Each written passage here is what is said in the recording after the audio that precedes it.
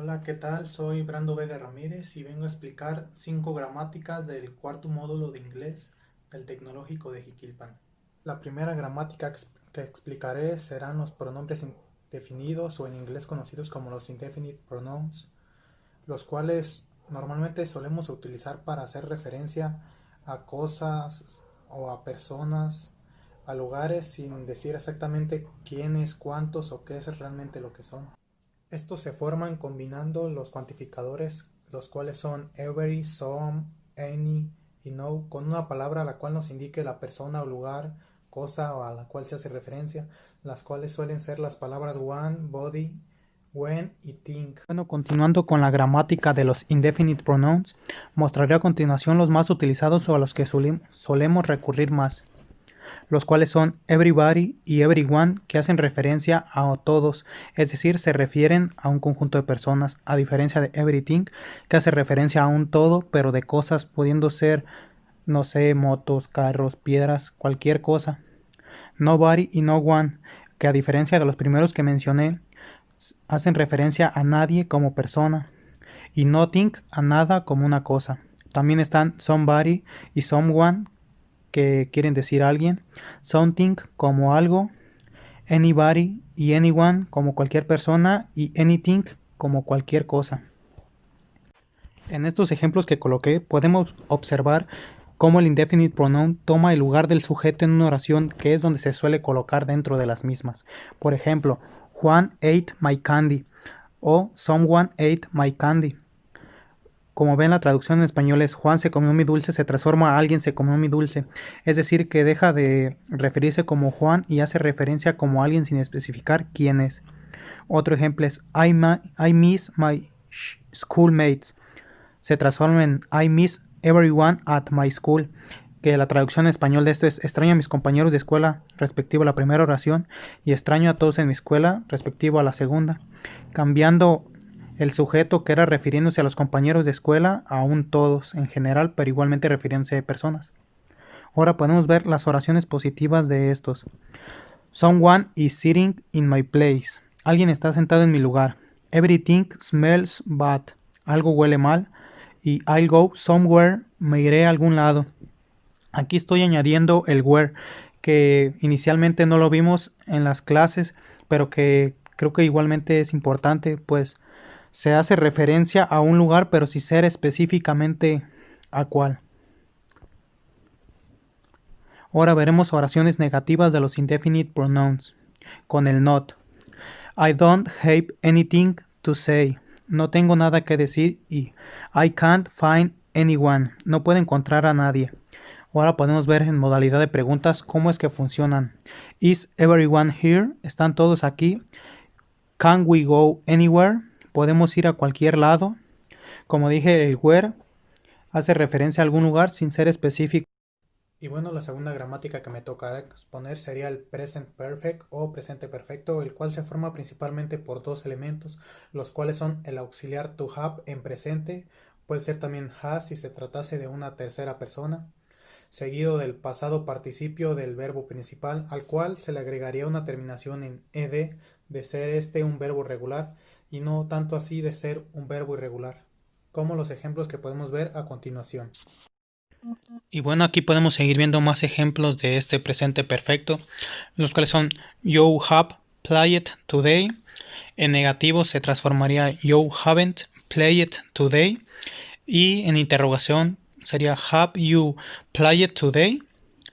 Y en su caso, en una pregunta negativa, haven't you played today. Y un ejemplo con un verbo regular y con la modalidad del verbo have en tercera persona sería la siguiente. He has eaten in a restaurant. He hasn't eaten in a restaurant. O hasn't he eaten in a restaurant. Así estarían conformados. Y bueno, cabe aclarar que el present perfect se usa regularmente cuando estamos hablando de algún evento que se inició en el pasado, pero que pueda que aún en el presente esté causando alguna repercusión o algún tipo de influencia. Aquí están algunos de los verbos regulares en pasado participio para ver cómo es que se les agrega la terminación ed, los cuales son live, que se transformaría en lived, visit en visited y play en played. Y algún ejemplo de verbos irregulares en el pasado participio sería come, se transformaría en un came, y break en broke. Son los mismos verbos, pero solamente en pasado participio para la formación de una oración en present perfect. Bueno, y aquí está la estructuración de cómo sería una oración en sí, lo cual iniciaría con un sujeto seguido del verbo to have, o como había dicho anteriormente, has si se tratase de una tercera persona, seguido del verbo en pasado participio. Un ejemplo de esto es I have lived here. Y un ejemplo en negativo con el not contraído sería I haven't lived here. Y para la estructuración de la pregunta, el orden cambiaría, empezando por el verbo to have, seguido del sujeto, seguido del pasado participio. Y si es la pregunta negativa, la estructuración sería exactamente la misma, solamente se agregaría el not al verbo have, pudiendo ser contraído o no, como en el ejemplo anterior. El ejemplo de pregunta de este verbo visto anteriormente sería have I lived here. Esa sería la pregunta. Bueno, y también veremos el presente perfecto continuo, que viene siendo parte de la misma gramática. Este se refiere a un periodo temporal inespecífico situado entre el pasado y el presente, que puede haber o no concluido. Su formación en oraciones es muy parecida al presente perfecto explicado anteriormente, pero con algunos leves cambios.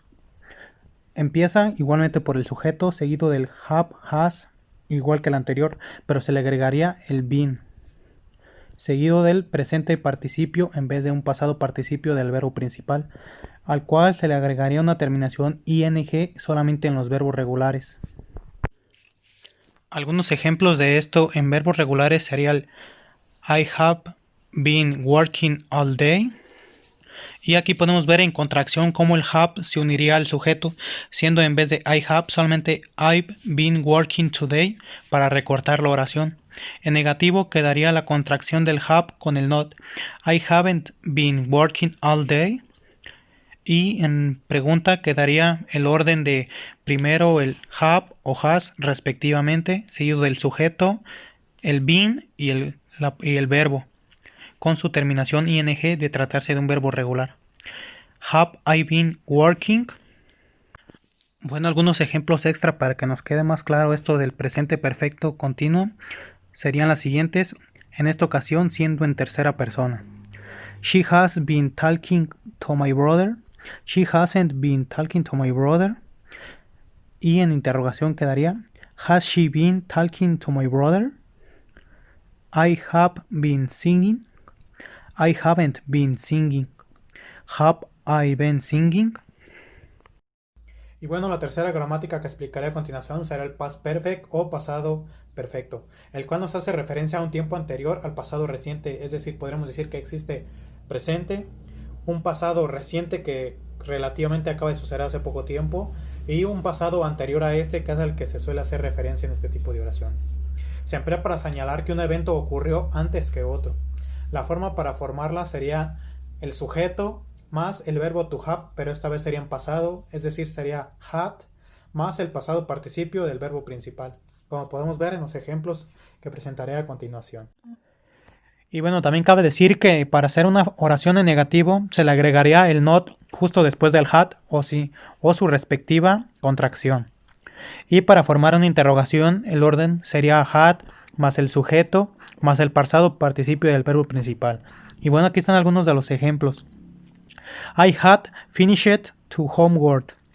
I had not finished to homework. Aquí está el ejemplo con la contracción y sin la contracción respectiva. Y en pregunta la misma oración quedaría como had I finished to homework. Y bueno, a continuación en estos ejemplos muestro cómo es que se contrae el verbo had con el sujeto, es decir, haciéndose uno mismo. El ejemplo está presente como we had walked for hours y quedaría como we walked for hours. Otro ejemplo de la contracción del not con el had sería el siguiente. He had not studied all afternoon. Y también muestro los ejemplos a continuación sobre lo que había mencionado al principio, que era cómo es que nos presentaba o nos proponía de un evento sucedido anterior al pasado reciente. Before he got mad, he had smiled. Antes de que se enojara, él había sonreído. Aquí nos está presentando de que lo primero que había sucedido había sido que había sonreído y anterior a eso se había enojado. I had saved my homework before the notebook got wet. Había guardado mi tarea antes de que el cuaderno se mojara. You had walked by my house when I saw you. Caminaste por mi casa cuando te vi. Y bueno, la cuarta gramática que explicaré y penúltima será el had better y el should. El had better se suele ser para indicar un tipo de orden más que una sugerencia, a diferencia del should. Y siempre está constituida por el verbo have, pero en su tiempo pasado, es decir, del had. Y siempre va después del had better un verbo en infinitivo, pero sin el to. Y de tratarse de una oración negativa, el not sería justamente después. Y bueno, aquí están las reglas básicas que había mencionado anteriormente, acompañados de unos ejemplos en los cuales están constituidos primeramente por el sujeto, seguido del had better y después el verbo. You had better eat, será mejor que comas. She had better run fast, será mejor que ella corra rápido. Vamos a ver cómo se ve el had better con su respectiva contracción, la cual sería el contraer el had con el sujeto solamente dejando la letra D. Por ejemplo, he'd better get out if I don't hit he. Será mejor que salga si no le pego. You'd better be as good as you say you are. Más te vale ser tan bueno como dices. Y I'd better not be raining. I've just washed my bike. Más vale que esté lloviendo. Acabo de lavar mi moto.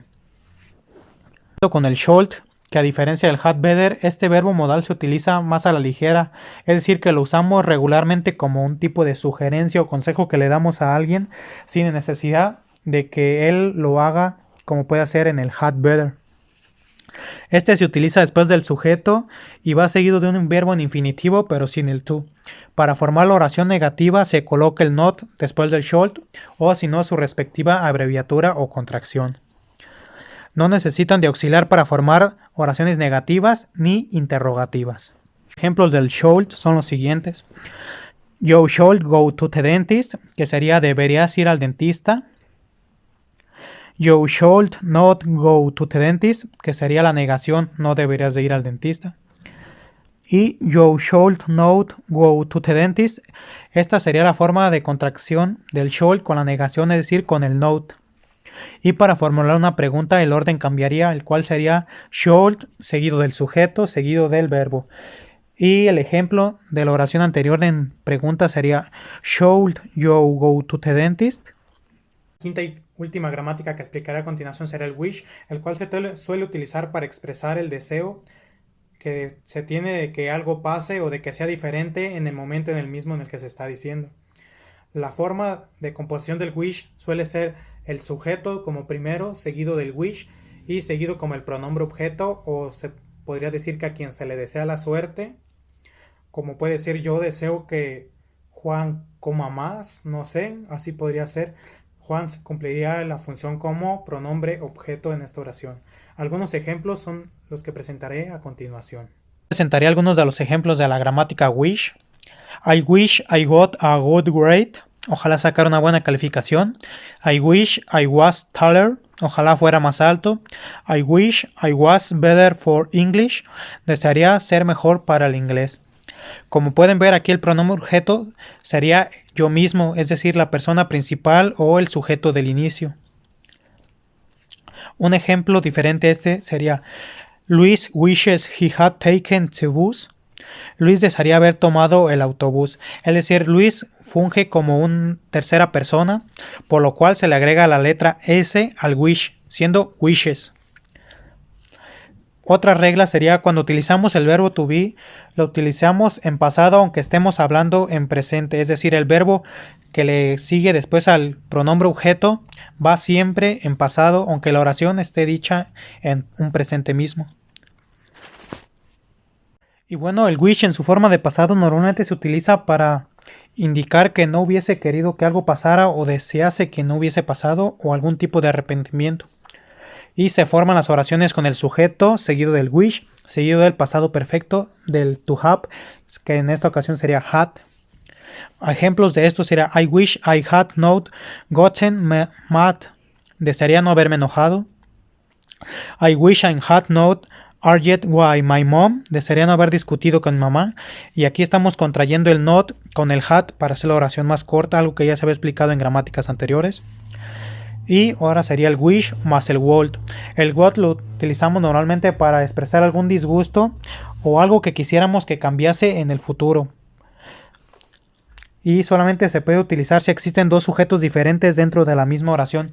Es decir, no podemos utilizar el would si, por ejemplo, como en los anteriores, I wish I, o sea, serían dos I, no se podría utilizar. Podría ser un I wish I she, I he, I you, I Juan, I Pedro, car, cualquier cosa, otro tipo de sujeto, pero que no sea el mismo al del sujeto principal o al primero. Por ejemplo, I wish Andrés would stop drinking soda. Desearía que Andrés dejara de tomar refresco. I wish she would stop ignoring me. Desearía que ella dejara de ignorarme. Como se ve en las mismas oraciones, el deseo es de una persona en particular. En este ejemplo puede decirse yo como primera persona, deseando a Andrés y a ella como tercera persona. Y bueno, estas son las gramáticas que me tocó explicar, que fueron 5.